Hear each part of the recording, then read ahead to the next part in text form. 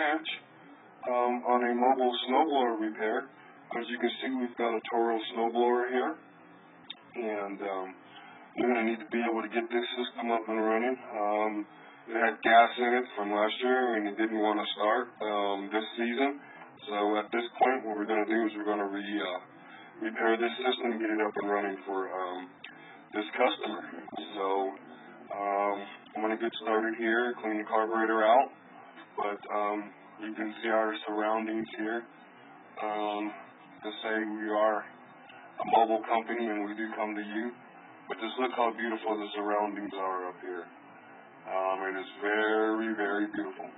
But once again, this is Ron.